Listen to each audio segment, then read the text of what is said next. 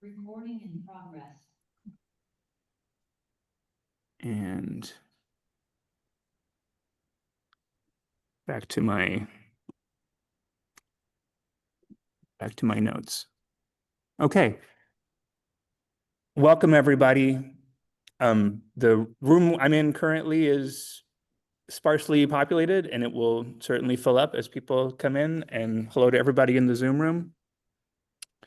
I'm going to real quick share a link, a Google Docs link that has the artist bios, some of the remarks and slides the artists will be sharing, a link to the blog that I maintain where I have profiles of disabled artists, amazing artists like the people today, only one of whom I've interviewed so far, but I hope to, actually two of whom I've interviewed, only one of whom I've finished the profile for. So let me get started. Welcome to the 4th Annual Disabled Artist Symposium. My name is Bert Stabler. I'm nearsighted and neurodivergent, and I'm an assistant professor of art education at Illinois State University. I'm a skinny, middle-aged white man with brown hair, a graying beard, and glasses, wearing a purple plaid shirt. This event is taking place on Zoom, as well as in a physical gathering space at the Multicultural Center at Illinois State University. This year's participating artists will be Sonia Boué, Xixi Edelsbrunner, Carly Riegger, Ezra Benus, Megan Bent, and Alx Velozo. And if I mispronounced anybody, please forgive me and correct it when you have the chance. This event is sponsored by the Multicultural Center, the Center for Civic Engagement, Student Access and Accommodation Services, the Women's Gender and Sexuality Studies Program, the Won-Suk Kim College of Fine Arts, and the Won-Suk Kim School of Art, all at Illinois State University. I'm going to mention that I'm sharing a link. I shared a link in the chat, which I'll share again, with information on today's presentations and the artists, as well as a link to the blog that I maintain on anti-ableist art and culture titled Institutional Model. The recording and transcript of this event will be posted on my blog in a short while. This year we have card captioning, about which I am happy and grateful, and it will give us a very good transcript that I won't have to edit much, if at all. Though I am sorry if anyone was counting on ASL, which is what the poster had promised.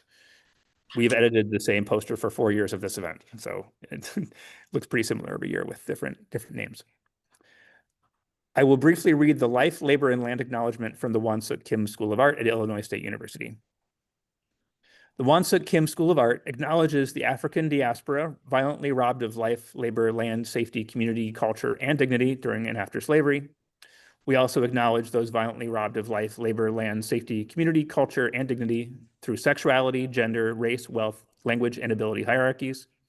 These hierarchies are and have been sustained by a range of power formations, including the state. The Won-Suk Kim School of Art acknowledges that the Illinois State University, the Center for the Visual Arts, and all we do takes place on the land of multiple Native nations. These lands were once home to the Illini, Peoria, and the Miamia, and later, due to colonial encroachment and displacement, to the Fox, Potawatomi, Sauk, Shawnee, Winnebago, Eowe, Mascoutin, Piankashaw, Wea, and Kickapoo nations. We strive to honor the ongoing legacies of these and other Indigenous peoples who may have been excluded in this acknowledgement due to historical inaccuracy and erasure. We will begin the artist presentations, although I haven't enabled screen sharing yet, so let me do that. Okay.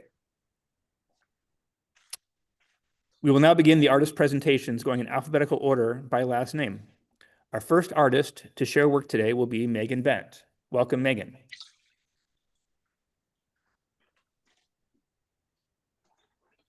Thank you so much, Bert. Thank you for inviting us all together today and for creating this space. I'm going to start by sharing my screen. Glasses, my glasses. Oh, if you wouldn't mind muting, if you're not the speaker, please, that would help us a lot. Is my slideshow up full screen? It's always a little weird when I go into presenter mode.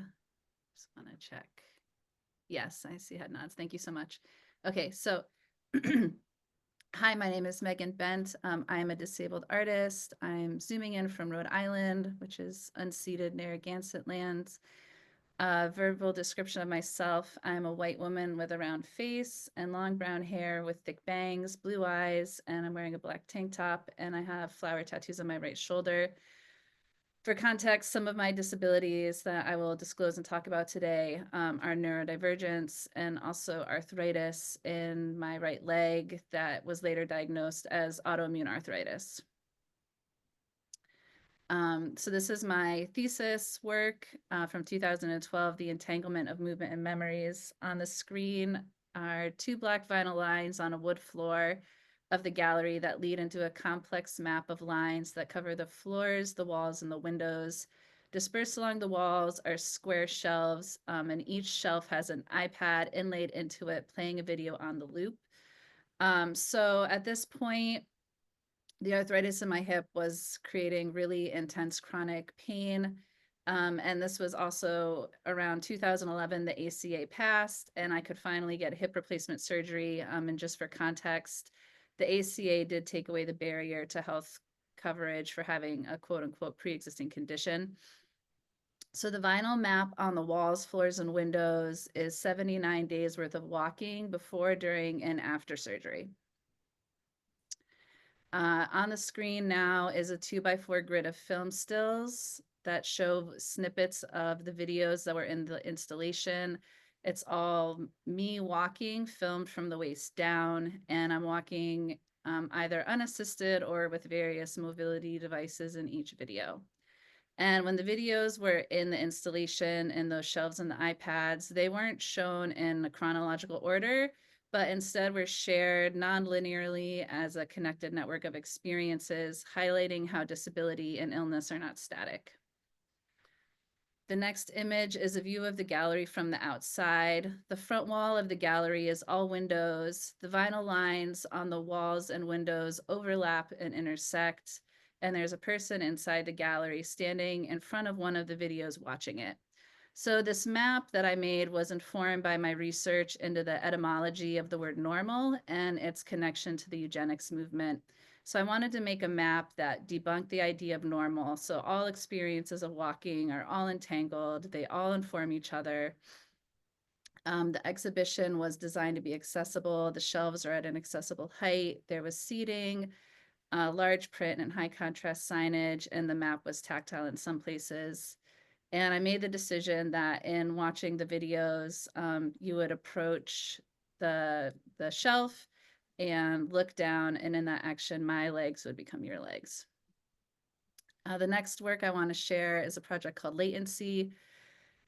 On the left is an image of a contact printing frame exposing a leaf in the sun. I'm printing an X-ray of my cervical spine onto the leaf, and on the right is the finished leaf after exposure, a round green leaf with the X-ray imprinted onto it. So I started chlorophyll printing, which is a process where images are printed onto leaves with photosynthesis. This process was invented by the photographer Ben Don.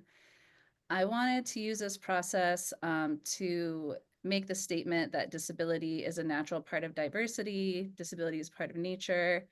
And some writing from Latency I shared. The imagery explores stigma, the medicalized body, and companionship. Printing our medical imagery reclaims our agency as patients. I create these images with love and care, and in the process, the parts of us seen as deficient in the medical world are transformed into living temporal pieces of beauty. On the next screen is a photo, a chlorophyll print of Richard III's spine on an oval-shaped hydrangea leaf. The spine shows curvature from scoliosis and is a photo from when his grave was excavated. On the left is the leaf when it was first printed in 2019, and on the right is a leaf of the leaf in 2024. The leaf is aging and it has turned from green to more umber, and the bottom tip of the leaf is broken off. So Paul K. Longmore identified 3 main stereotypes for disability in mainstream media. They're the villain, the monster, and the inspiration. So I wanted to make this artwork about the villain stereotype. In Shakespeare's play, Richard's disability is extremely exaggerated to signify his moral deviance as a character. And I feel like we are in a moment where ableism is ramping up, and especially within the MAHA movement, disability is being villainized extremely. when I started this work, I made the decision to not fix the leaves. So the leaves are aging through the years. And I made this decision because I wanted to highlight the impermanence that we all share. And when I exhibit the leaves, I share a pair of the leaf when it was first created. That's from a digital scan, and also the aging leaf together, again, wanting to blend time. The next image is a chlorophyll print of my father on an elephant ear leaf, a close-up side portrait of a white man with glasses. The left is the leaf when it was first printed in 2018, and on the right is the leaf in 2023. So over time, the leaf has turned from green to yellow and the print has faded. And so it's been interesting as well that my relationship with the subject matter also evolves over the passing of time. For example, I made this photo of my dad when his hair was growing back after chemo, and we chlorophyll printed it when his melanoma metastasized. And I always thought that this leaf would disappear before my dad was no longer here. But he passed away about 2 years ago. So it's been both a hard and a beautiful thing that this leaf remains, this image that is part of our collaboration together. And the last work I'm going to share today, two recent works in progress. On the right is a black and white photogram of a medical gauze sleeve. I have etched lines into the photo emulsion, and the lines create a cocoon around the gauze. And on the right is a black and white linoleum block print of two clusters of swirling and overlapping lines. So this new work that I'm creating, it reflects the complexities of grief from losing my father after his return from cancer and after numerous denials of the healthcare that he needed. While my anger at a system designed to fail him is part of my grief, so is the depth of love I learned from being his advocate and caregiver. So the photogram on the right, I'm reprinting the care objects that I have left with me after his passing. And being one of his full-time caregivers is one of the hardest but most meaningful things I've ever done. And the linoleum block prints, which is the image on the right, are drawings that he made in the final weeks of his life. And he had never drawn before. So I feel like these are some of his final communications with us. So I've been going back to these drawings and retracing and carving them into lino blocks, almost as a meditation on spending more time with him and bringing him present across space and time. And I also feel like these recent works, the more I think about them, are connected to my works from the very beginning with the line work and the map. So again, I'm thinking more about that connection with that work and hoping to turn all of this into a site-specific installation. And I'll end there and just thank you so much for this chance to share my work with all of you today. Thank you so much, Megan. Thank you. It's odd that the speaker is only picking up me in the room. So anyway, please, if you have questions and thoughts and comments, please, you can share them in the chat. And of course, make note for yourself. We should have a good bit of time at the end of the presentations for conversation.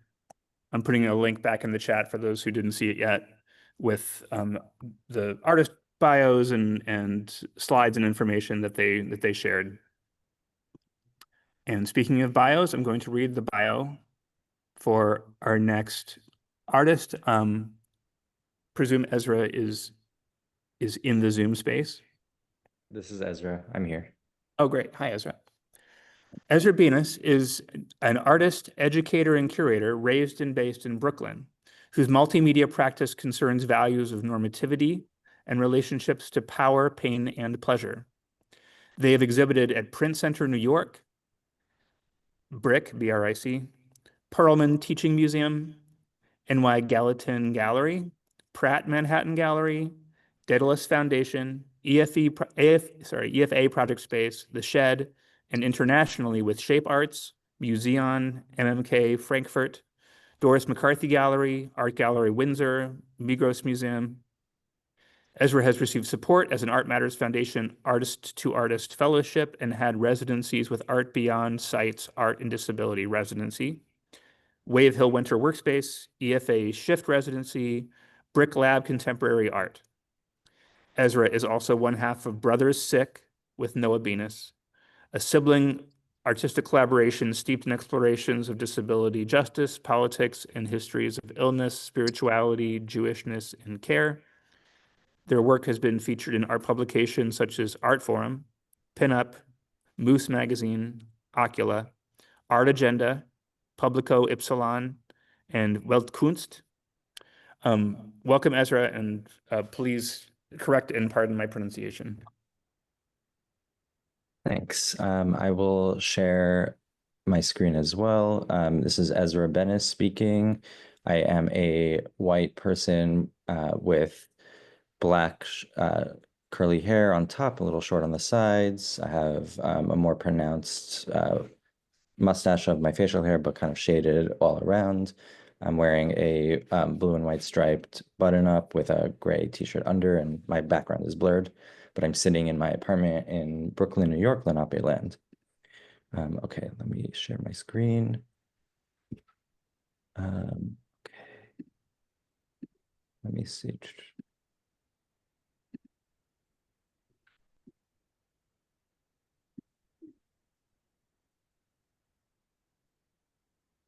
Okay, how does this look? Can we see? Okay. Yes. On this screen, a white background, it says my name, Ezra Benus, and a few words: objects, ritual, pain, pleasure, Jewishness. These are the keywords that will bring me throughout the whole presentation. Sorry, real quick, if anybody is not muted, could you please mute? It's, obviously we can hear everything anybody's mic is recording. Thank you. Okay. So I have more slides than I will go through, but I will try to just share briefly about some of the work. So I started my work looking to objects related to disability culture from a personal perspective of looking at the colors of medication that I took every day for many years. So I collected those as a color palette, and on the screen we see 7 canvases. From left, it's pink, blue, orange, tan, light green, red, and gray. And on each of the canvases, there are different colored triangles and prisms floating and crashing. Below the image of the 7 canvases is text that reads, "When the sun rises and you feel stuck, when the sun sets and you feel release, when the moon shines and you feel throbbing, when the moon fades and you too fade." This is an early work in which I was looking to the things in my everyday life that were my rituals. Again, taking medication over time is also thinking about that. And Jewish time is as well something that I look to a lot.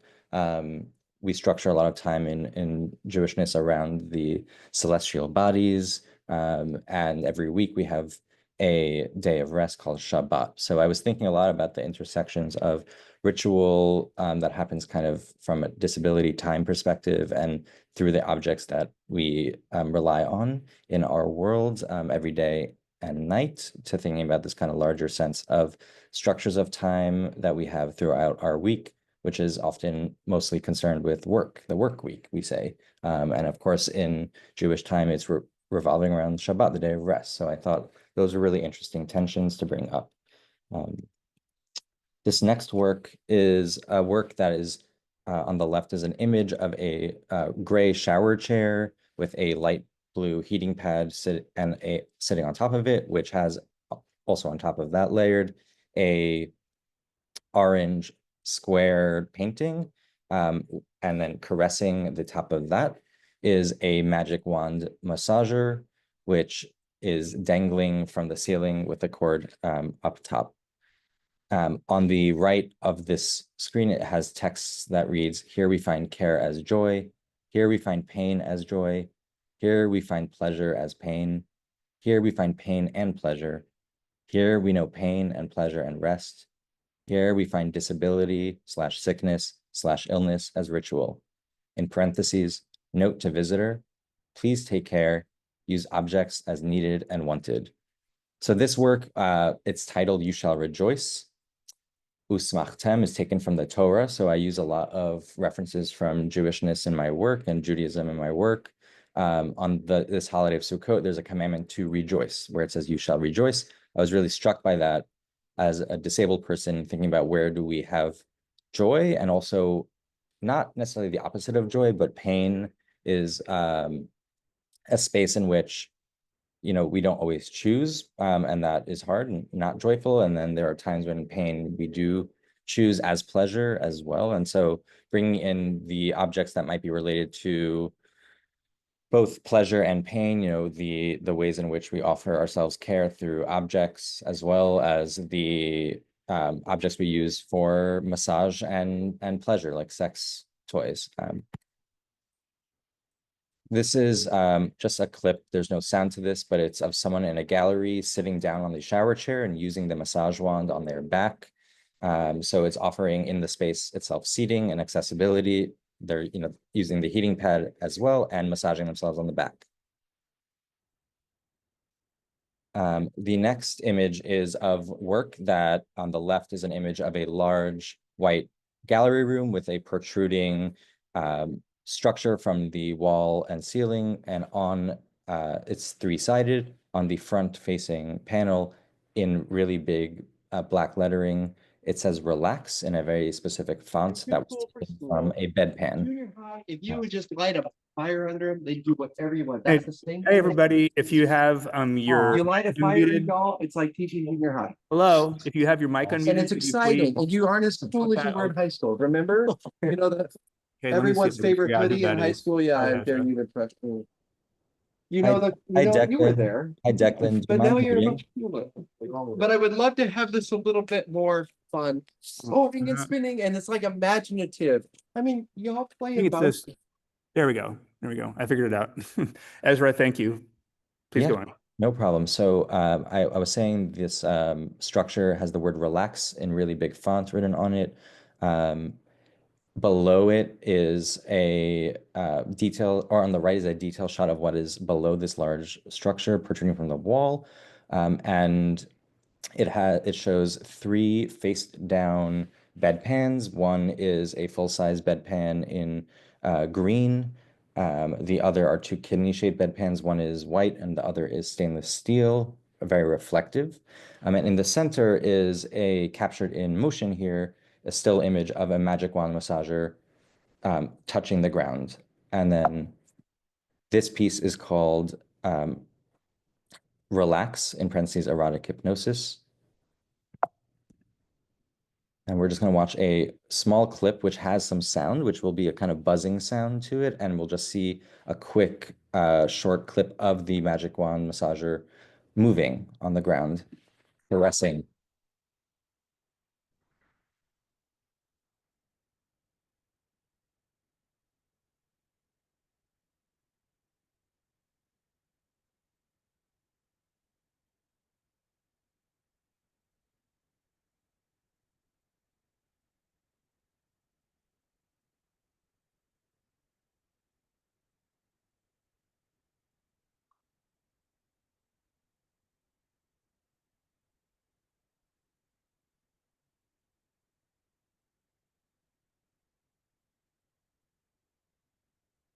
So this piece is thinking again about the objects that we use in our disability culture, here specifically the bedpans related to, you know, piss and shit and blood. These are all vintage bedpans. The one that is green was from the 50s and 60s, and it was branded as the title of the name of the pieces of the line of bedpans is called Relax, which I found really interesting, similar to the previous piece called You Shall Rejoice, this commandment to relax. And calling a bedpan line Relax really fascinated me. So I was thinking a lot about where does relaxation happen? Who tells you to relax? And, you know, I think we've all been in places where we're told to relax where that's not welcome and maybe even enraging in different ways from different positionalities. But thinking also about the word relax related to like laxative or relaxing your bowels, right? Thinking about the body in that state. And again, the magic wand as a mode to relax for either like orgasmic pleasure, vibrational massage, pain pleasure, and thinking about these tensions in the kind of objects that we demarcate as both like the things related to pain or pleasure, or really those being connected. So I think a lot about also the ways in which things around disability experience and the objects we use in our private spaces are really supposed to be kept private and are often not shared outward in the world. And I think bringing things into art spaces related to things that are told to us as gross, as, you know, disability as this thing to be hidden. Obviously, care is also this often hidden, racialized and feminized and gendered practice as well, and thinking a lot about, but really these bedpans being the things that like connects all of us, right? Or, you know, we all shit, piss, have blood, right? We all have the potential for pain and pleasure and these bodily functions, yet these are things that are considered gross. So here we are in kind of that exploration. Hey, Ezra, I think were you trying to show us the Tree of Life piece, or were you? That'll be my, yeah. Oh, okay. Okay. And I know that just time check, I probably have like a minute or so left, right, Bert? Oh, you're doing fine. Yes. Oh, I'm doing fine. Okay, great. And so this brings me to this next piece, which is similarly talking through that idea of the objects related to our care that are deemed, you know, supposed to be private or also seen as like, you know, gross. I also preface that all the objects that are in my artwork, that are used in my artwork, are things that I have engaged with in my life over time as well. So I think a lot about the kind of shifting needs related to care and bodies and all these things. And I also I say that because I think there is a lot of times in our art worlds, people use objects as fully metaphor and not as actual material reality of disability life. And I think that is a delineation I really try to preface here. And so on the right, there's an image of 10 stainless steel vintage bedpans that are fixed to the wall in a formation that is akin to a tree or could look like a mapping onto the body. Each of the bedpans is adhered to the wall using tension from various colored tourniquets. And tourniquets are the objects that are often used for inserting needles into the arm for, you know, blood drawing infusions, etc. I was really interested in the materiality here. This piece is called Relax, again, in parentheses, Sephirot / Tree of Life. And the Sephirot is the symbol of the divine in Jewish mysticism called Kabbalah. And it's the idea is that each one of the Sephirot creates this formation, aka the Tree of Life, that maps onto the body and is seen as a fractal of divinity. So we are all this Tree of Life and we're all connected to this larger sublime. I was really taken by that idea, thinking about the connectivity we all have to both our bodies as these ways to engage spirituality, but also the kind of materiality of blood, again, of shit, of piss, of these things that are flow through us, but also really are ground us in the world, but also bring us, you know, I think spaces of spirituality that I think are about divinity for me. It's like the grossness, this again, and I use grossness in a also kind of reclamation way. Like I think there's a lot that you know, is just part of our lives that I think is divine, right? Like just us being is divine. And so here I am kind of putting that to that concept, as well as, you know, this space between pain and pleasure, again, where these are all bound to the wall, right? And binding is I would relate it to kink and BDSM, especially if these are, you know, latex objects. And so I think a lot about that, and where that also overlaps within medicalized care as well, both in a sort of like unwelcome binding. So this piece is kind of reflecting onto that. And this is an older work where it's, again, this private space of myself getting an infusion. On the right, we see a risograph print, which is in shades of purple and blue and white, showing a set of hands, of two sets of hands, so 4 hands, with my arm in blue, just straight down the middle, outstretched. The arms are of nurses, nitrile gloved hands, swabbing and putting a needle into the center of my arm. One of the hands on the right is in a formation that looks like the kind of rock on symbol or the Def Power symbol. So the title of this is All Hands on Deck / Rock On. This is a series, I made a set of prints that were used as takeaways in an exhibition so people could actually take these home with them.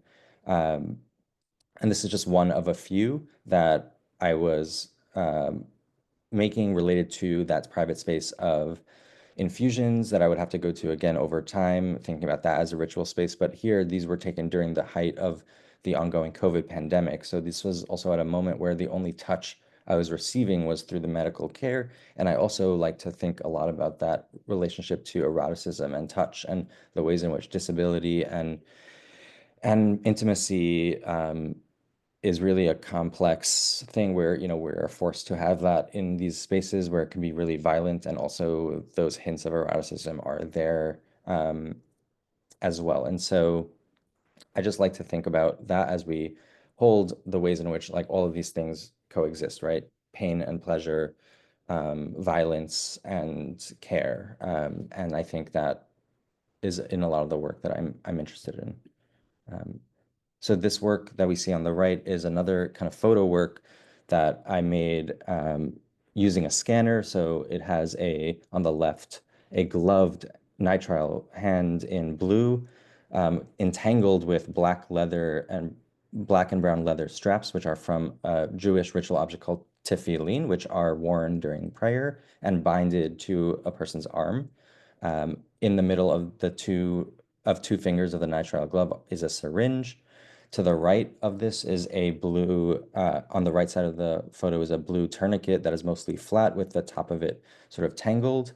And in the center on the top center is another syringe with right next to it, a red box that is with Hebrew text on it that says Shel Rosh, which means on the head. So it's the box that would be put on the head.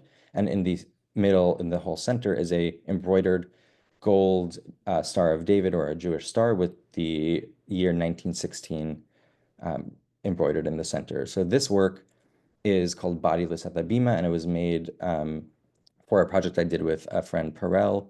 And we were really reflecting here on the overlaps between spirituality, time, ritual, and violence. And I think there's something that I keep addressing in my work related to bridging time and space. And that is going to be shown just in this last work that I'll show over here, which is a collaborative work I made with my brother Noah. We're known as Brother Sick. On the left is a large wall that shows a singular image print that is then that is repeated many times, so it looks like it's infinite. On the right is the image itself, a detailed image of that repetitive image, which is a black and white image of a doubled set of hands in a kind of supplicated motion, two on the bottom and two on the top, pointing towards the center.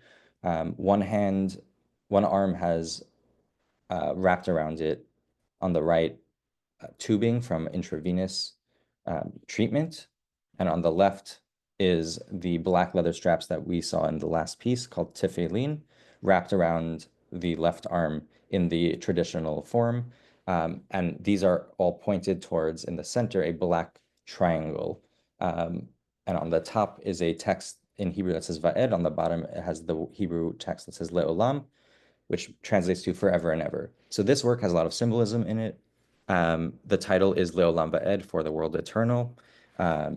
It's the black triangle is a reference to the black triangle that was used by the Nazis to demarcate those that were considered asocial or asocial or unfit for work, which included disabled people being some of the first people, or the first group of people that were killed during the Holocaust and experimented on to further the killing of many other people, including Jews, of which this is in my personal and collective family and cultural history. So bringing that into this play with both the ritual object that is an ancient tradition of binding myself to this idea of the sublime, with binding myself with the intravenous, with the tubing of the medicalized context that I live in, and then using this as a repetitive image for thinking about this eternal space in which disabled people, queer people, Jewish people, like all those deemed asocial at different points in time, are still here and will be forever, right? And I think that's something that I want us to kind of hold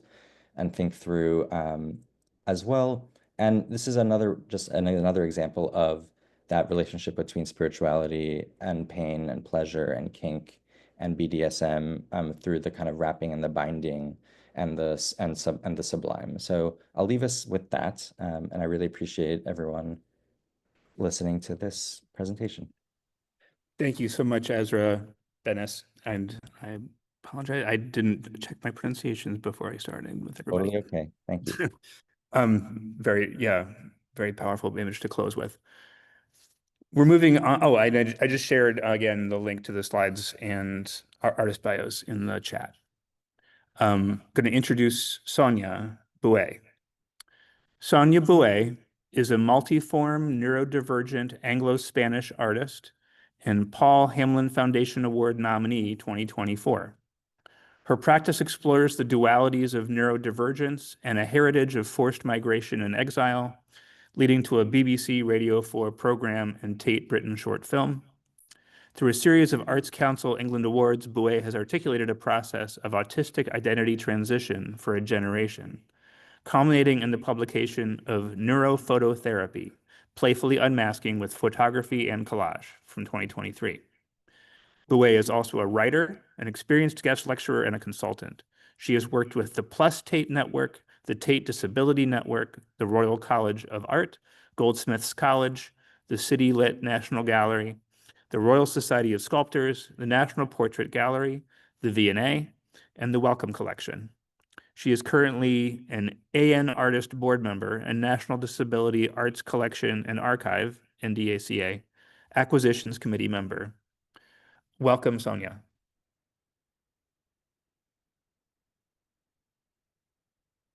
Who I hope is here. Hi. First of all, just thank you so much to the previous speakers. I could listen to you both all day. That was amazing. I'll just give a visual description of myself. I'm a white person with salt and pepper hair cut in a mid-length mullet. I'm wearing brown-rimmed octagonal glasses and a baby blue sweater. I'm sitting in front of my bookcase, which has collages and other publications displayed on it.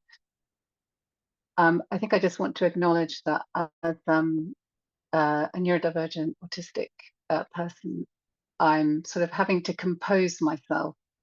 I'm feeling like I'm a bit scattered, so please forgive if there's a disconnect between my images and the words that I'm going to speak. So I've scripted myself, but I may go off script. And I will just start sharing my screen, I think. Oh, and just to say, I'm beaming to you from the UK, and it's like about 6:30 in the evening here. Can you see my screen? Yes, we can. Yeah, okay. So I'm a late discovered neurodivergent, autistic, and disabled artist. As a child, my family lived in political exile in England as a result of the Spanish Civil War. And I used my practice to relocate myself within wider histories and cultural contexts.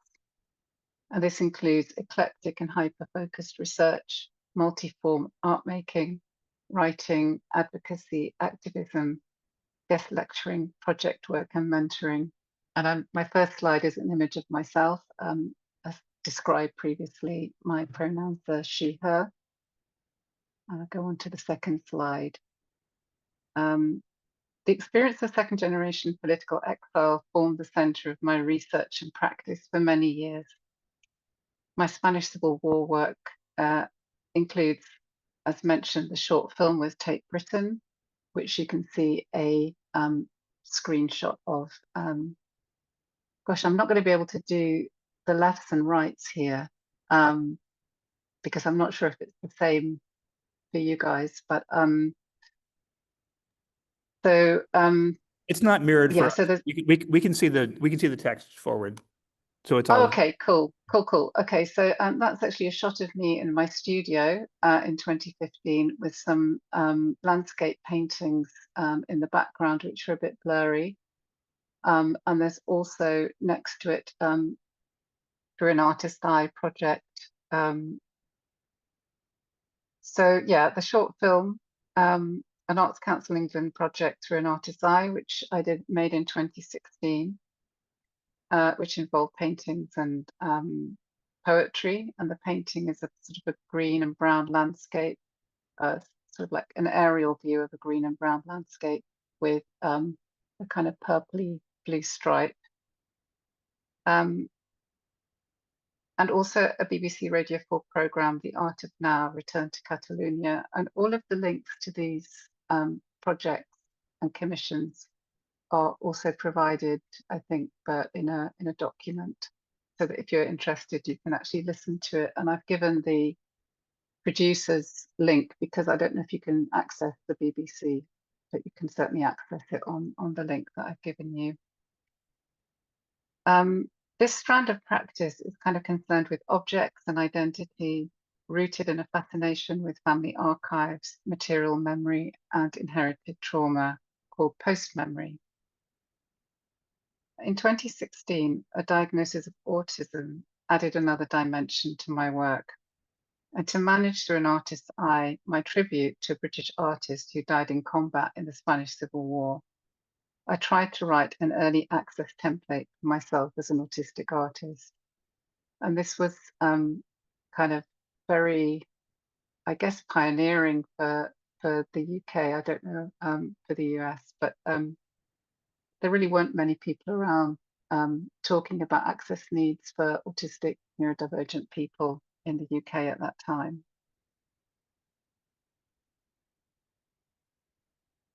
And so my third slide is about the Neither Use Nor Ornament project, which I called NUNO project for short. So subsequently, I began to specialize in creating publicly funded, self-led participatory projects, exploring neuro-inclusive practice and generating open source resources.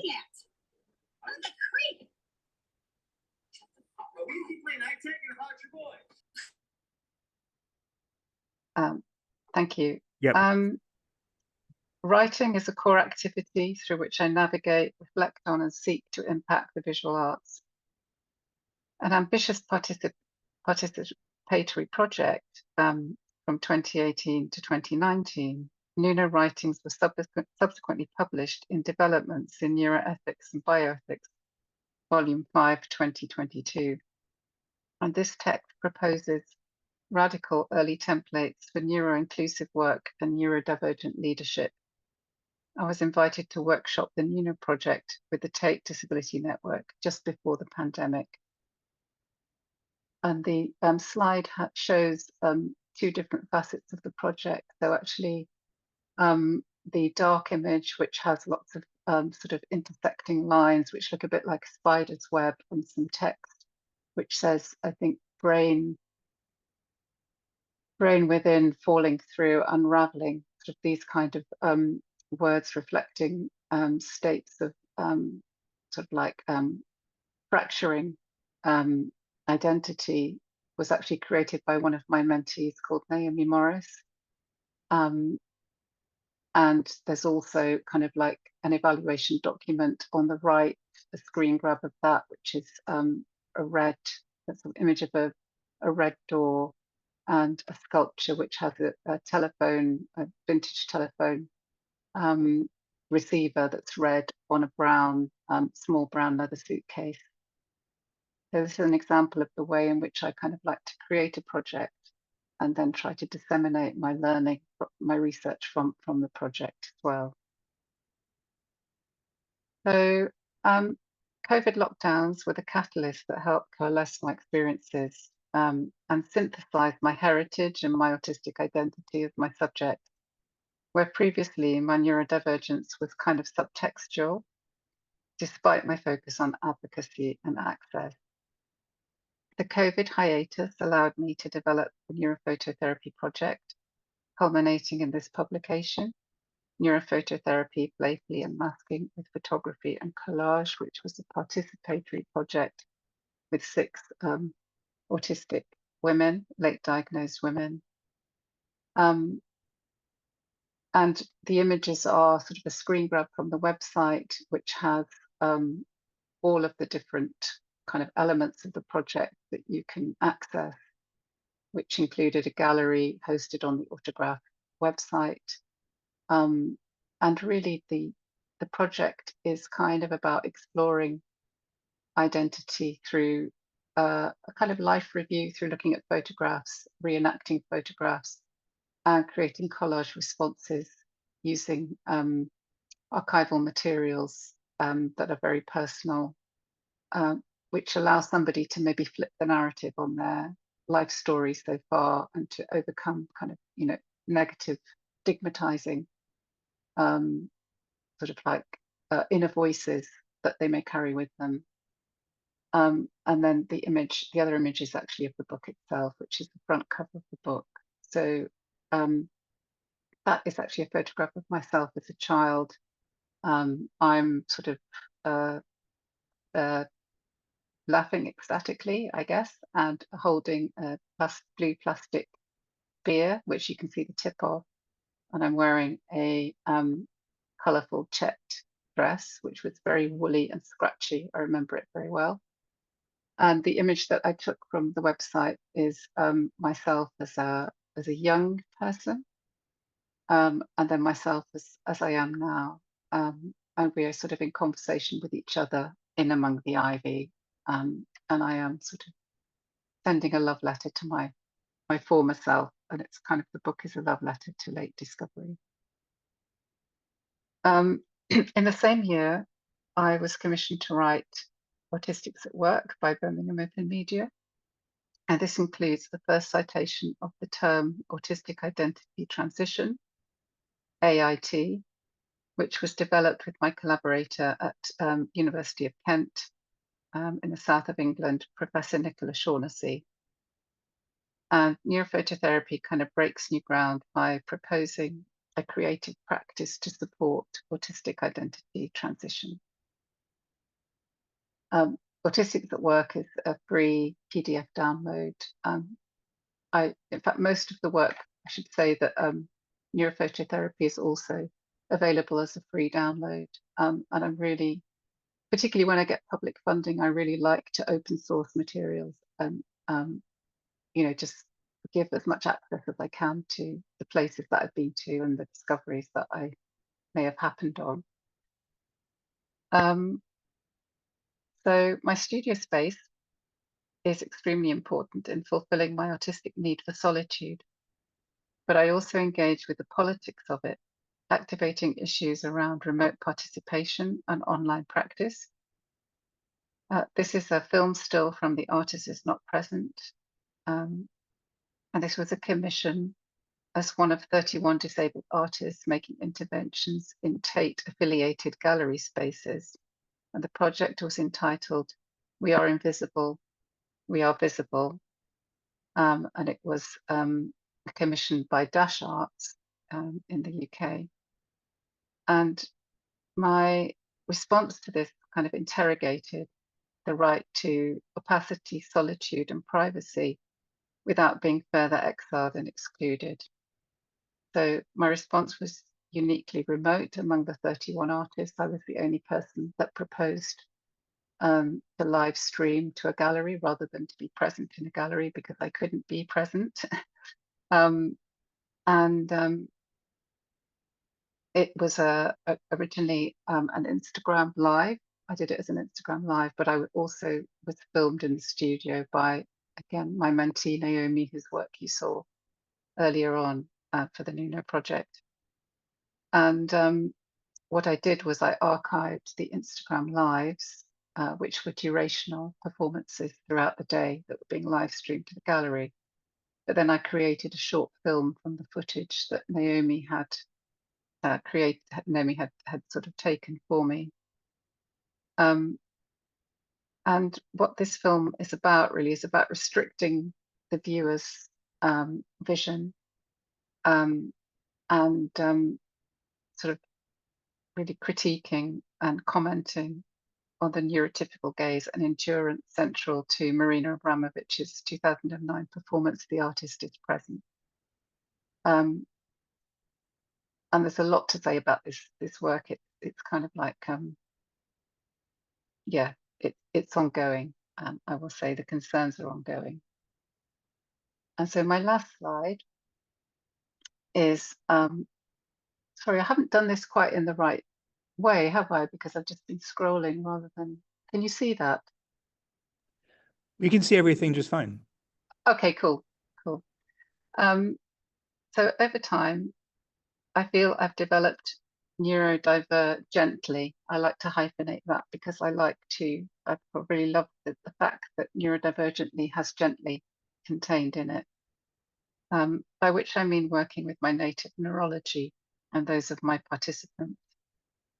This is most evident, I think, in work for my most recent installation, Look Well After Yourself, which was 100 colourful woolen pom-poms on steel supports.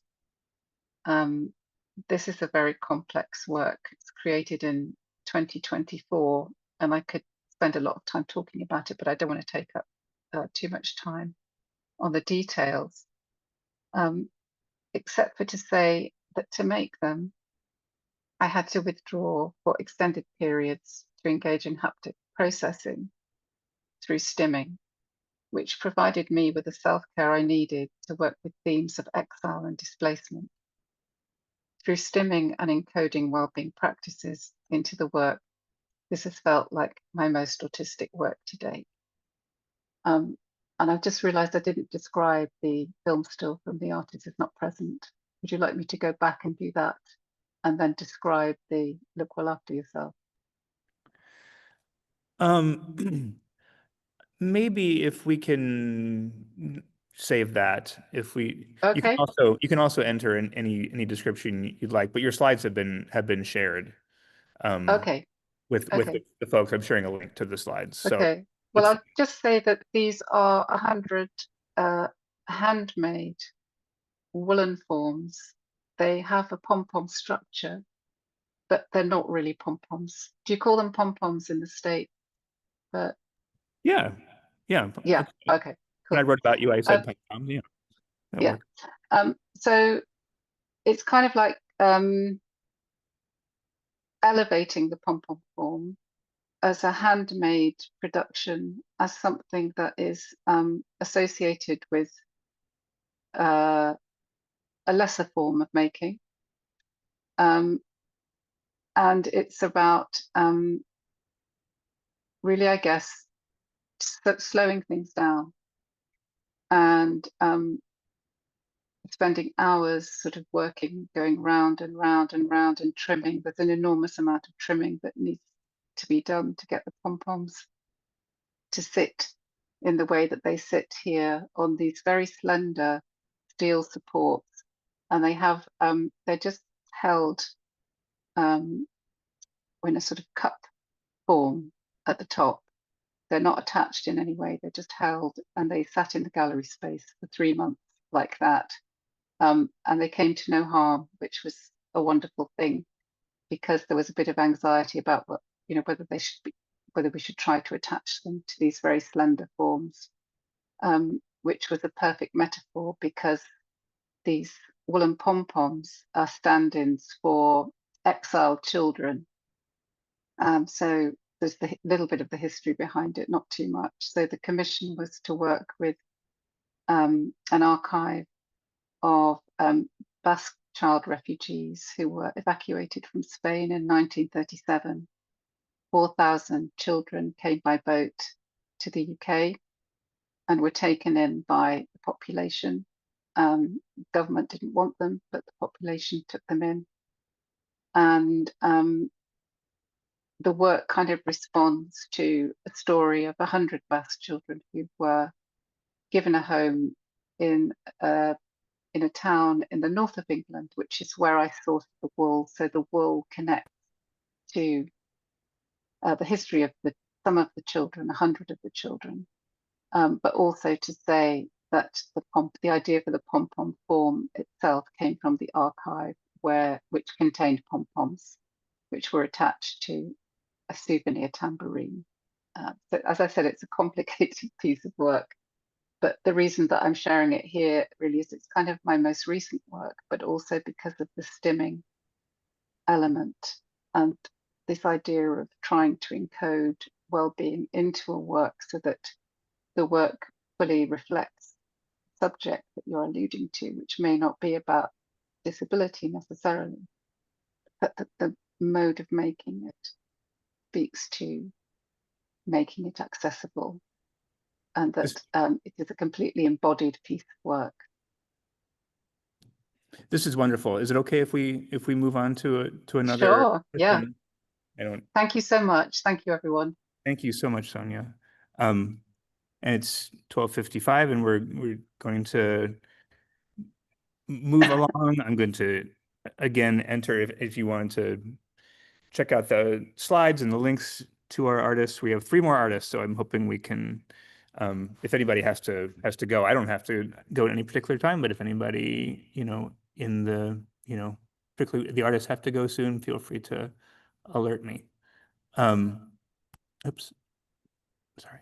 Okay, our next artist who is going to speak with us is Xixi Edelsbrunner. Xixi is a multimedia artist and transplant to Los Angeles, California, where they exert and live an abundantly domestic life. Their practice is sustained by an affinity for objects, particularly the generic, boring, and mass-produced. It attends to trickery, inspection, utility, and sensuality. Edelsbrunner belongs to Queer Spa Network, a social practice collective that organizes spa-themed public programming and care work. They received an MFA in Fine Arts from Otis College and a BA in Mathematics from Williams College. Exhibitions include CSULB Long Beach, Coaxial Arts Los Angeles, Proxy Gallery Los Angeles, and Los Angeles and Houston, and the California Center for the Arts, Escondido. Welcome, Xixi. Thank you. Thank you, Bert, for that introduction and for inviting me here today. To describe myself, I am a mixed white and East Asian transmasculine person, and I am reclining in bed. So let me share my screen.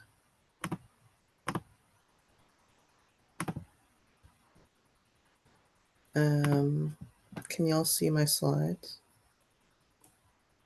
Yes, I can. Okay, great.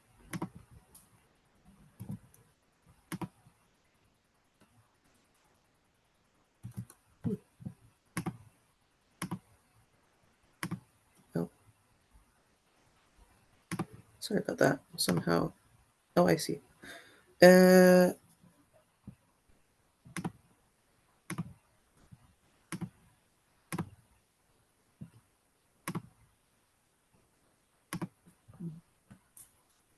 We see it. Oh yeah, sorry. There was like a bit of a lag, so I thought there was an interaction happening.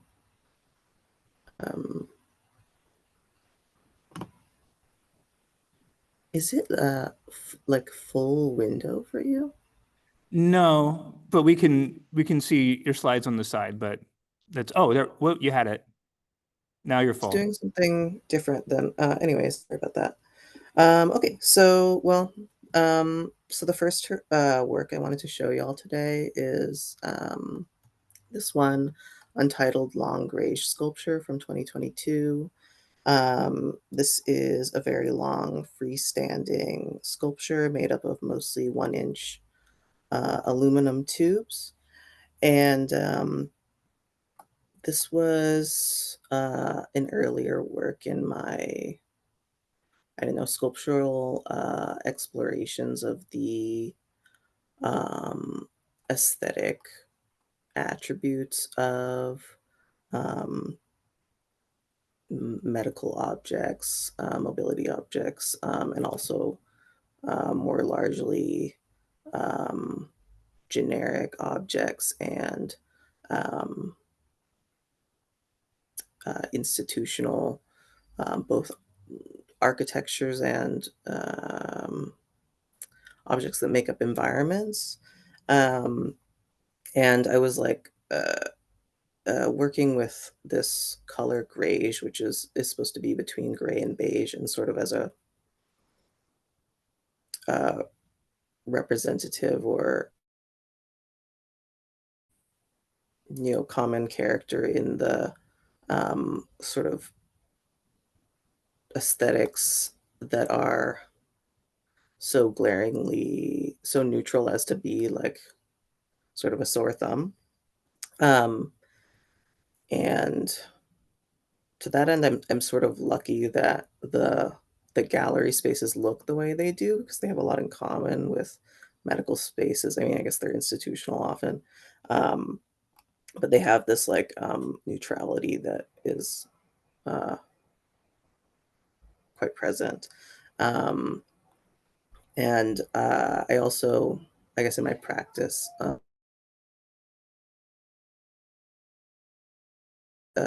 play with the found object as something that's legible versus not, and sort of the I guess the pretending to be found or to be made. So on that note, the second, like the series that I wanted to show is the monoprint series that I've been doing since 2023. These are small, very smooth plastic sculptures that appear abstract. And the reason I say that they appear abstract is that they are actually indexical. They're poured polyurethane into plastic packaging, like the sort of clear disposable plastic packaging that encapsulates a lot of consumer items. And I'm sort of interested here in that space between the legible object and the, I mean, I guess literal and also conceptual space, and the thing that is hovering just above it and displaying and protecting that thing, but that is designed very specifically and particularly to each, consumer object usually, but that is designed so to be not legible as designed, or basically not noticed or not having an identity. So I'm also thinking about generic objects here, and the particularities of plastic mass-produced things and the aesthetic qualities of those things. And then the last piece I wanted to show you is The Choice is Yours from 2024. It's a circular, highly reflective, with distortion wall piece with a small hole in the middle. And in a gallery setting, or when it's displayed with a small light shining through the hole, so you can't so you can really just see that there is a light shining through the hole from further. And what generally happens, and what is meant to happen, is that a viewer will go to inspect the piece close enough that it's sort of actually mirroring the piece, and anyways, you have to get pretty close. Then they can see that there's a spike pointing straight, towards their eye. And additionally, there's sort of a play of like still knowing and not knowing that it's there, or that the danger is there, because there's it's actually kind of hard to focus on the spike at this distance. But anyways, I was sort of working with or thinking about notions of surprise, of traps, jump scares, of revenge and rage. I guess this is more so within the realm of my current body of work, which is working more with these notions. And I was also glad that Megan mentioned the disabled villain earlier as an archetype, because that is a figure who I'm really interested in. And the title of this piece actually comes from the horror series Saw, which has famously one of these villains. I would refer to them as embittered, crippled villains. Somehow the embitterment, I think, is important. And so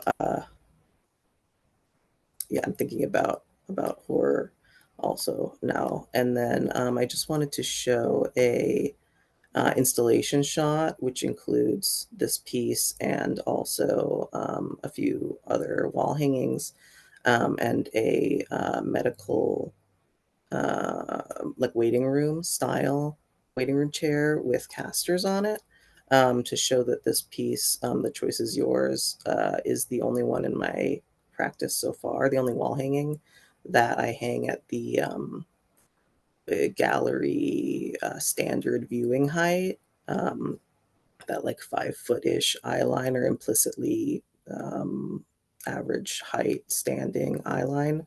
Everything else I hang at a lower eye line that's more or less my sitting eye line. I will also include these chairs on casters, which I don't currently define as pieces, or at least I don't list them as such, but they're there as sort of an excess consideration seating, as a a gesture towards the figure of the ominous wheelchair, and also as a an offering to anyone who didn't bring their own seat to see the rest of the show, as it was hung. So that's it for me, and thank you so much. That's so fantastic, and an excellent chance to move on to another artist who uses a full installation space very deliberately. We're going to skip alphabetical order for our last couple of artists, and we're going to move on to Alx Velozo. Sorry. I'm going to introduce them. Alx Velozo is a trans and disabled sculptress, educator, and performance artist raised in Timucua lands, occupied North Florida, and currently residing in Piscataway lands, occupied Baltimore. Velozo's installations and performances combine cultural imaginations of illness, touch, kink, the medical industrial complex, and kinesthetic learning models. They explore this research through mold-making processes, workshop and pedagogical facilitation, and movement and object-based performances. They received an MFA in Sculpture and Extended Media from Virginia Commonwealth University and a BFA from the Cooper Union for the Advancement of Science and Art. Velozo has exhibited, taught, and facilitated workshops in New York, Jersey City, Philadelphia, Richmond, and Miami, and internationally in Canada, Mexico, and New Zealand. Welcome, Alx. Thank you all so much.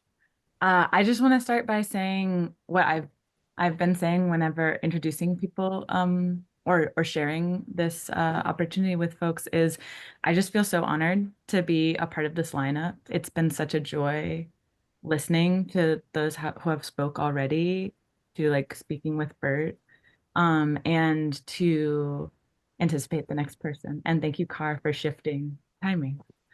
So I'm going to start by visually describing myself, and then I'm going to share my screen and talk about like 3 bodies of work. Also, just want to invite, an hour and a half Zoom is long for my body. I hope you're doing whatever feels whatever choices feel good for your body. I like how much piss, shit, and drool has come up already. I hope you are engaging with your body however feels good. And also, yeah, just like stretching and doing whatever you want makes me feel in the space with you. So I am, my visual description, I'm a white transgender person with dark brown hair. I've got short parts of my hair, I've got really short parts of my hair, and then I got long parts of my hair. And I am in front of a background, I'm in my room, also reclining on a more hidden couch behind me. And it's kind of like a key lime, like a light creamy key lime green behind me, and a wooden bookshelf with some altar pieces. And I'm wearing a shirt that is black and speckled with brown. And this isn't visible to anyone, but I think it's nice to be known that it on the back of it across my shoulders, it spells out undiagnosable. And I often like to wear it when I'm getting to be in disabled centered space or when I'm going to my medical appointments as a small bear. So I'm going to share my screen. Also, please let me know if there's any moments that I'm speaking too fast. You need to slow down, anything like that. Just make a signal or come off of mute for me. All right. So my name is Alx Velozo.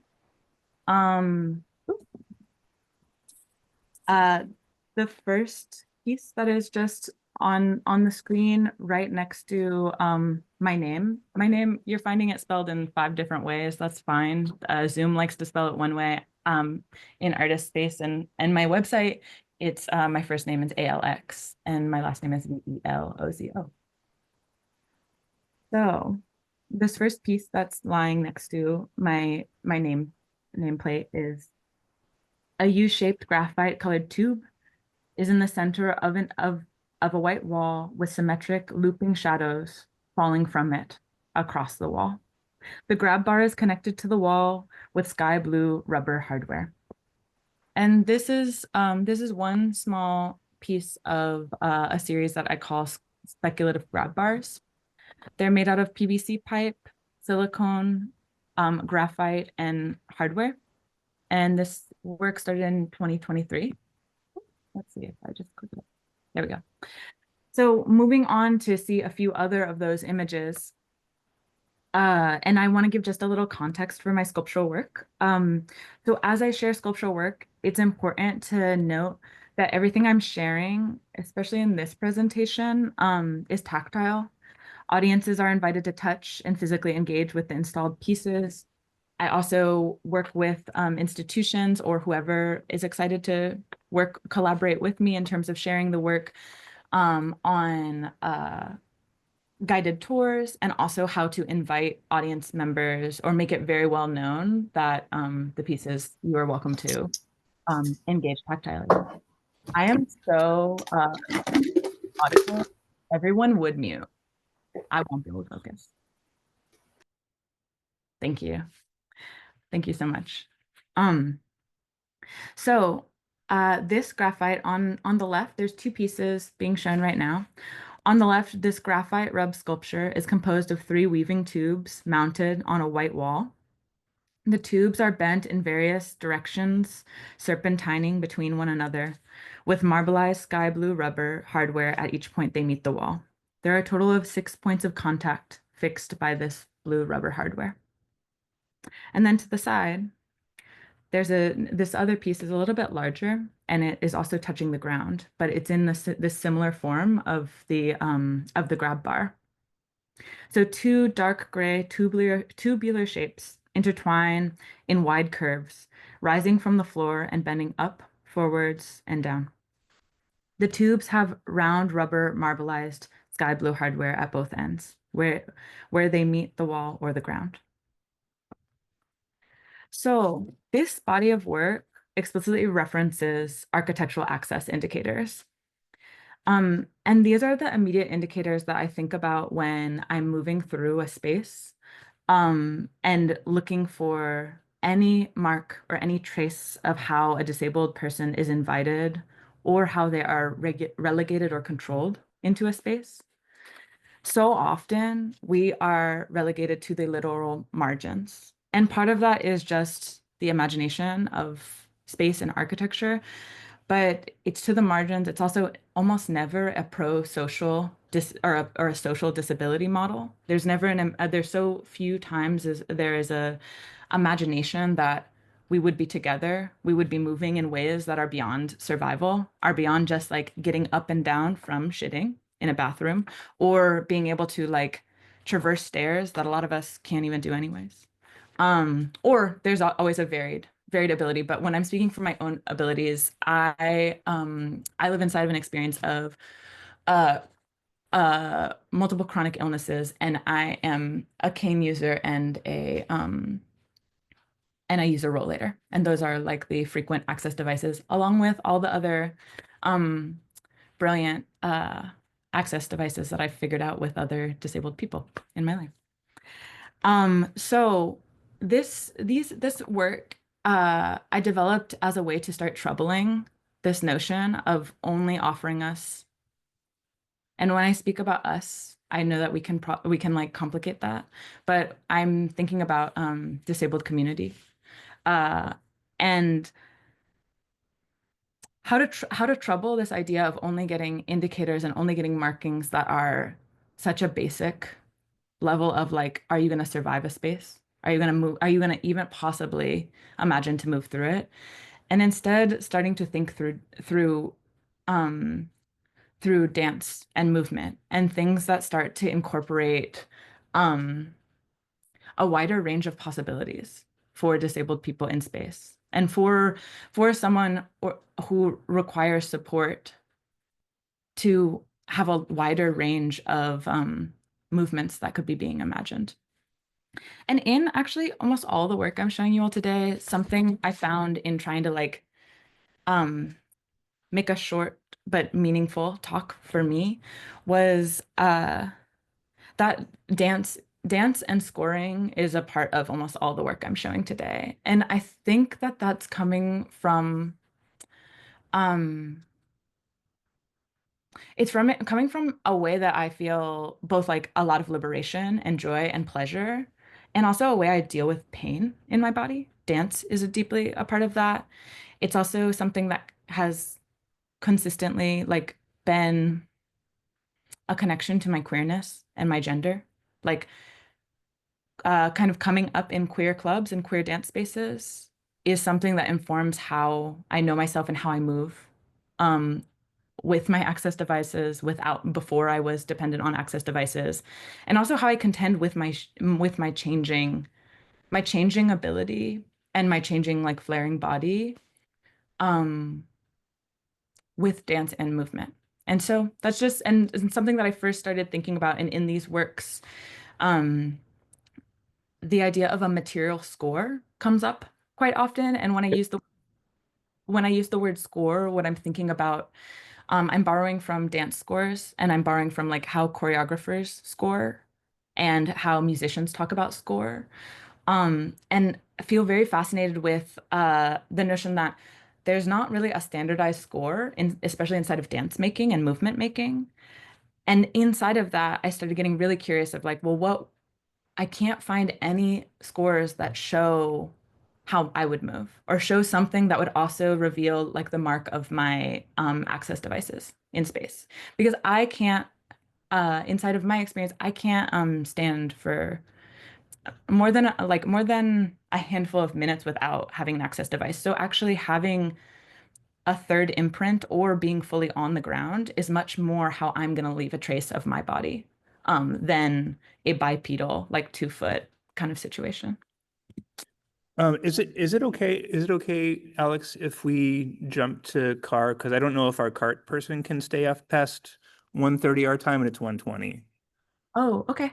Yeah. Is that okay? I'm really sorry. It's crypt time. It always happens, and we'll come back to any more. Of course, everyone's slides are shared, and I'll share that again. But I want to just make sure Car has a few minutes to share their work. Yeah, of course. Well, Thank you all for sharing your time and attention. And also, I just want to say thank you so much for coming, because there were so many friends in the room. So many friends, so many students, so many, yeah, so much sweet shared space. Thank you. Thank you so much, Alex. And excuse me for, I never know how to cut people off. It's a thing for me. But let's talk about Carr. Carly Carr Riegger, they, them, is a chronically ill and disabled artist from Ann Arbor, Michigan. Since finding clay, they have been able to express their illness in ways that words could not. Their artwork naturally merged with their experiences with disability. Carr received a BFA in ceramics from Bowling Green State University in 2020. They completed a post-baccalaureate in ceramics at Indiana University Southeast in 2023. Their biggest project included a panel and exhibition called #CryptClay, which was featured at NCECA, NCECA, in Cincinnati, Ohio in 2023. This exhibition included all artists with disabilities, which was the first of its kind at the conference. Carr is also the recipient of the 2024 Midwest Artists with Disabilities Award. Currently, they are pursuing an MFA in studio art from the University of Wisconsin-Madison. Both Carr's artwork and career goals involve disability inclusion and rights. They are working to expand how the arts communities work with artists with disabilities and how disability communities utilize art to express complex disabled ideas. Last but not least, thank you so much, Carr, for being with us. Hello. Okay. I go by Car. I use they, them pronouns. A description of me is a white non-binary person with a mullet that is now a light purplish pink color. I have round glasses and face piercings. And I'm currently in Madison, Wisconsin, Ho Chunk land. So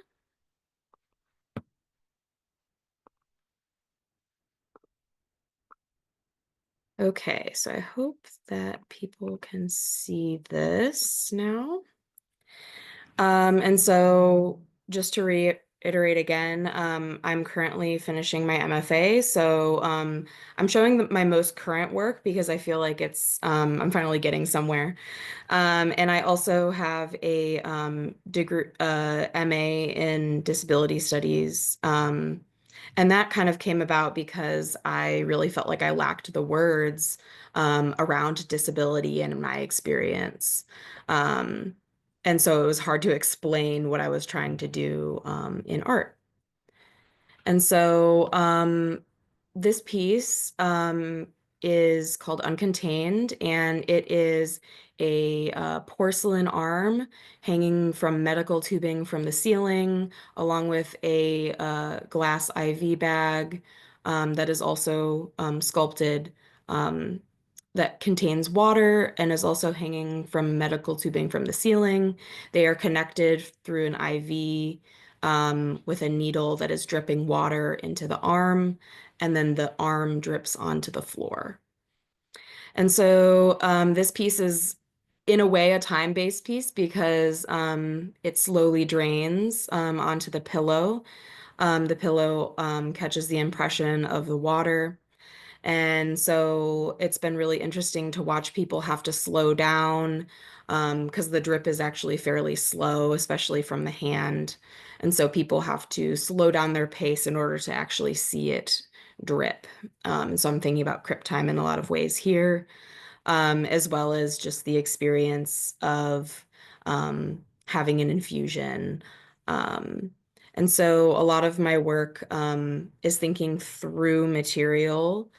So this piece in ceramics, normally you don't want a leaky vessel, but here I'm thinking about what it means to be a leaky vessel, which is actually kind of similar to what other people have been talking about today. And so this next piece, Gasp, I am really pushing the boundary of material. Glass and ceramic don't really normally like to work together. And so I'm taking my ceramic forms and testing its limit with glass. And so this piece was blown really big into the center of the ceramic piece. And I guess as a description, a ceramic rib cage that is handmade with a big glass bubble that was blown into the center. A different mode of how it's sitting on top of a giant pillow stack instead of a pedestal.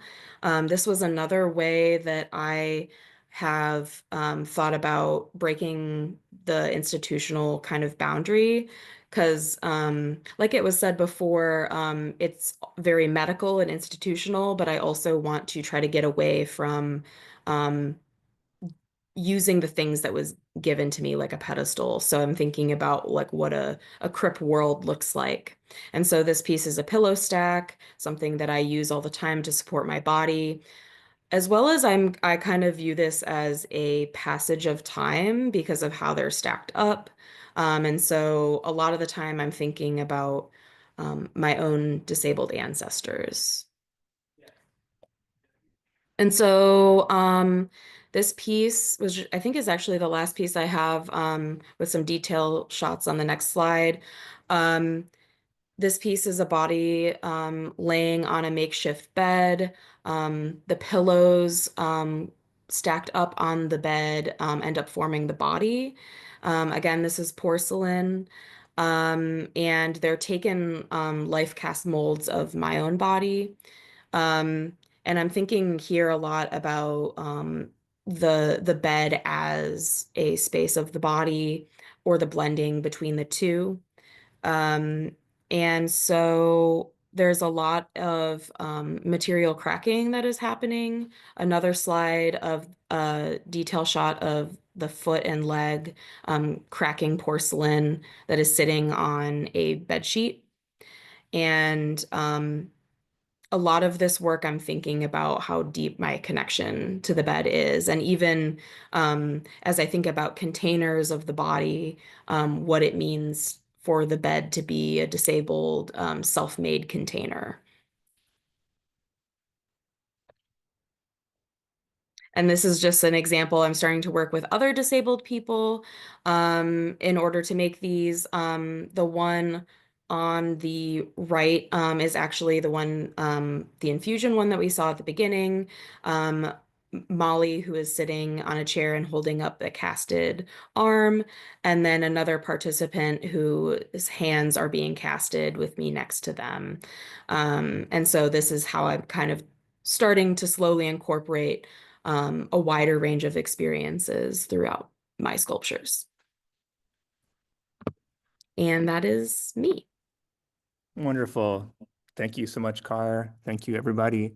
So I'm sort of feeding back in the room here, but for those who are able to stay, and I understand if the cart person has to go, we can probably switch to the robo transcription. This was all of our fantastic presenters, and I imagine everybody is overwhelmed with thoughts and feelings. I am. But I wanted to invite, people who can stay for, a few more minutes if they want, including the artists.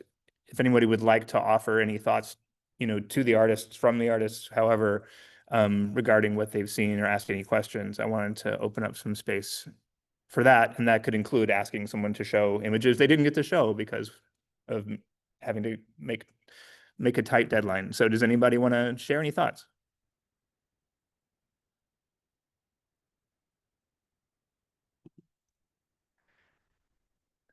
That's totally fine. That's what happens when I. Oh, Bert, can I just ask, Please.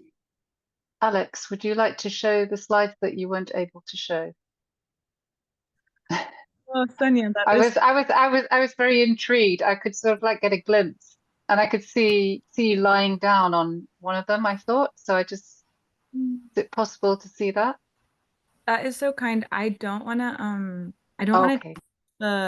I would love to share things or talk with folks about them, but I don't want to change like the trajectory. So if we want to have a question and answer, but that is so kind and generous, and thank you for inviting me in. And it's really worth spending time with Alex. I was so privileged to get to talk to them yesterday and hear more. thought a lot of things, and then I thought a whole bunch of new things after I talked to them. Oh, transcriber can stay. Okay, thank you, transcriber. Really appreciate that. I think Grayson might be your name. Thank you for offering that, Sonia. And again, I'm one of these years I'm going to learn how to politely tell people to wrap it up. I can mention themes that I saw, and this could also lead into people showing work they had with them or not. But the first theme that I really thought was cool was showing and hiding.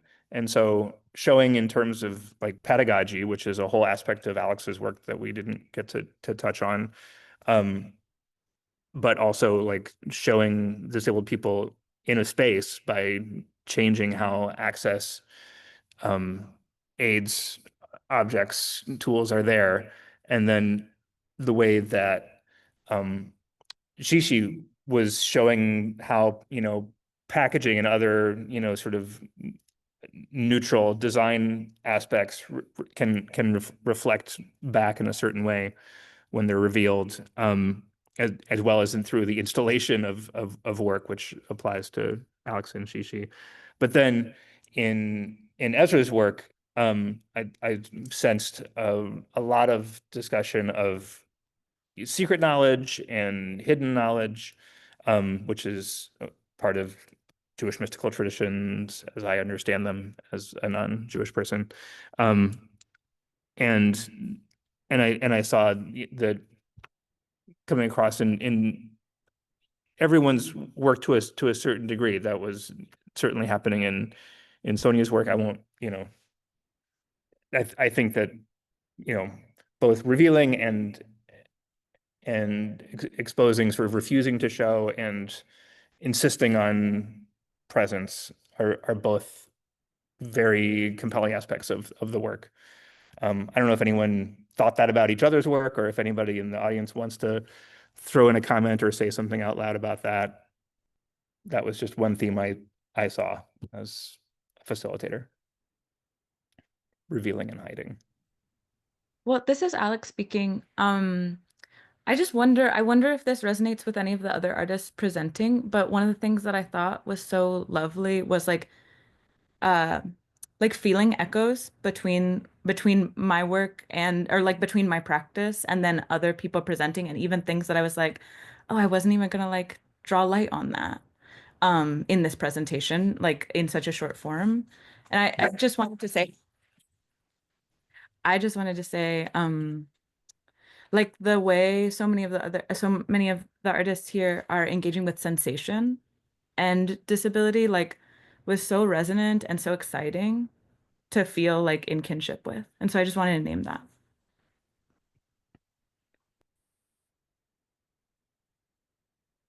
I really like that point too. And yeah, I think there's a lot to do with, with time and how, bodies index time. That was very key in Megan's work with the, photo processes and then sort of non-archival organic matter. And then things transmuting into other things, which certainly seems to go with Jewish mysticism as well. Again, this has been an endurance fest for everybody, and it's meant to be a crypt positive event, so I don't want to make anybody stick to this. I'm just, blown away by this work. You're seeing like happy, appreciative comments in the chat as well. So if anybody wants to make any final comments, particularly any artists who, wanted to signal anything to another artist about what they appreciated, or if we want to wrap it up, that's also totally fine. It's 1:35 Central Daylight Time. Yeah, I wanted to sort of, I guess, muse on the ideas of hiding and showing. I suppose, I mean, maybe it's sort of a obvious place to go, but I was sort of thinking about the ways in which disabled people I mean, broad group, but I suppose that's the title, are so intensely erased, but then become sort of a spectacle as well. Um, just thinking of the ways, like, actually, this just came up for me that in my MFA program, someone referred to me as a ghost once. Like, it's like a surprise when I showed up or something. But you know, like, and you know, especially like the ways in which, like, if you're seen with mobility equipment or something like the, I mean, it's like, uh, I don't know.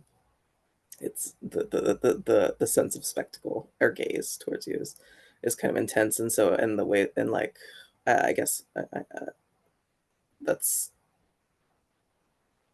that's such a thing that to think about uh, with the work we're doing, also in terms of like because we're basically communicating with people, right? And what we want, you know, it's hard to navigate for me what I want to communicate to other disabled people, and what I want to communicate to everyone in large, and how, you know, the sort of how these things can kind of get also, what's it, not pigeonholed, but sort of like can be not as nuanced in people's minds sometimes. For example, like that long sculpture I showed, a lot of people refer to it as a walker, which for me is like, I mean, I suppose it is rather representational, but it's like it's a sculpture. You know, it's like it's not a walker. um, but I think it's so easy, like, to lean right into, especially when people are not so used to like the intricacies of like um, those types of objects, to just go right towards something blunt, I guess. I think it like disabled artists are so well positioned to mess with what people expect in an art space Hmm.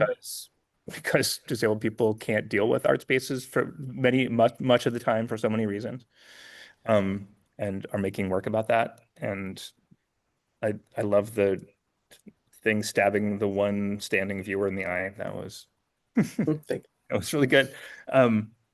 But that's just, you know, another aspect of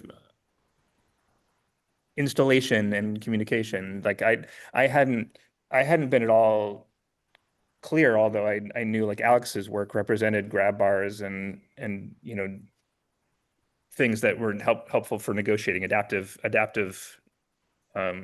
infrastructure. I didn't really know that you could grab them, and that was part of the piece, that people should interact with them, and they were for dancing and being social in a space.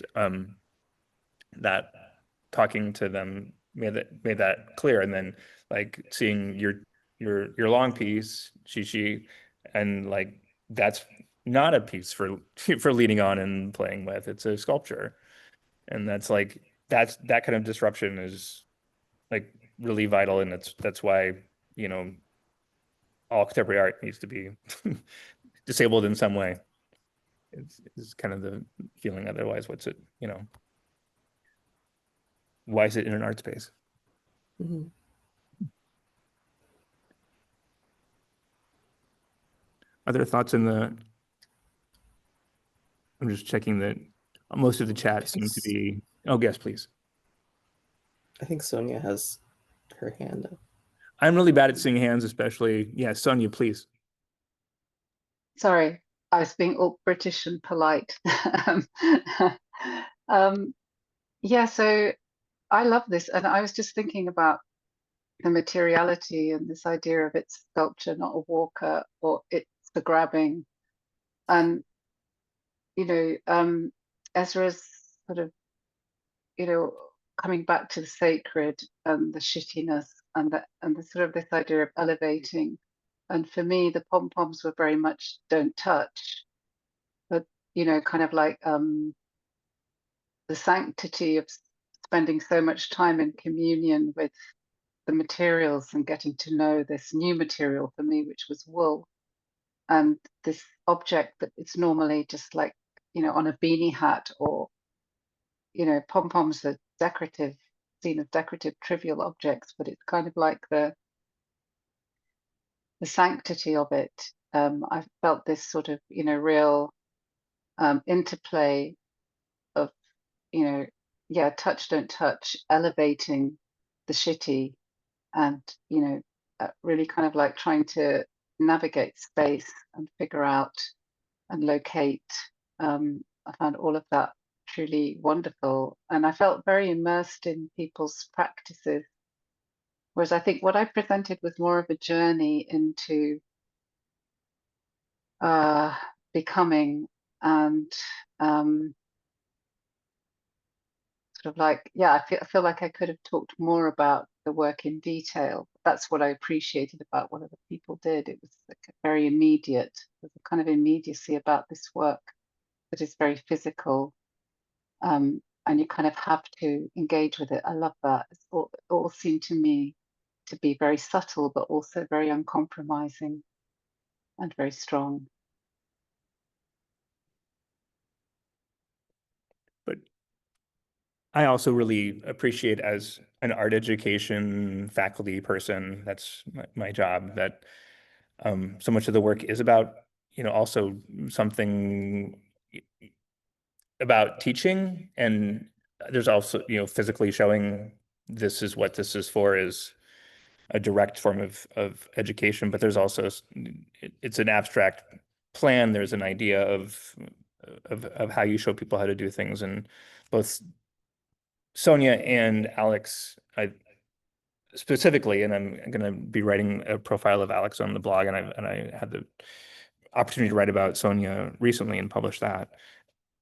I really appreciate the ways in which what's happening to teaching is what's happening to the gallery, is that like things that, you know, people think they know how to do can become teachable, and things that people want to, you know, learn and discover, and secrets people want to learn about, whether it's disabled people or some other group that's being marginalized, can be refused and be hidden. I think that's a really cool, vital discussion to be having in the world of, like, you know, what we teach and what we, you know, what we share and we don't share, what's public and what's private. And so I think that's another aspect of the public-private thing that I appreciate in a lot of this work. I mean, I think all of this work has a lot to teach and unpack, and that's why all of you could hold down an hour and a half by yourselves with an audience to discuss your work.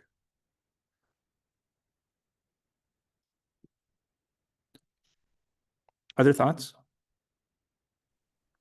This is Megan speaking. I just wanted to share too and kind of reflect back to Sonia that I appreciated in your presentation, sort of that journey of like coming into disability and as identity and as part of your practice. And you know, I'm making an assumption, but I know, like, as an artist, that was a journey I had to take as well. That was really important and profound. And so I appreciate you sharing that part of your practice and like your journey as an artist with us today.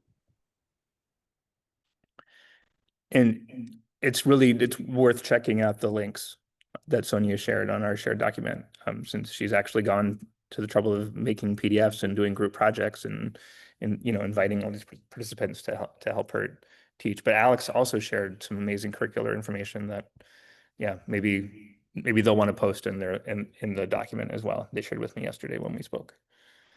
They worked on a lot of kind of disabled art curriculum. That's, yeah.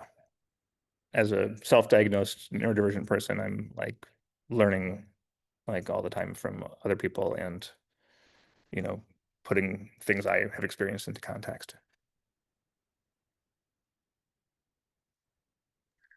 Okay, I have to do the very disabled thing of I have to say thank you and goodbye because my body Yes. can't longer. Of course. But this is truly such an honor, y'all. And thank you so much for all the people who came out.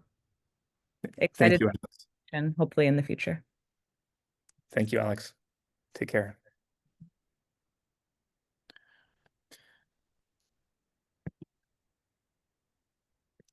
Any more thoughts? Maybe a good time to call it. Thanks, everybody. The recording again will be available. I think. Sorry, let me go back to everyone. I think I still have. There's the link to the links again if you'd like it. And my blog link is in there. I hope to interview the folks I haven't interviewed yet, who are artists on this call. With the funding that I have, I will be in touch. But I'll also be sharing the transcript and the video. So thank you everybody for making time today. And this was an honor, and I'll be kind of like awash in thoughts for a while about it. Thank you, people. Thank you. Have a good day. Thank you, everyone. Bye. Bye.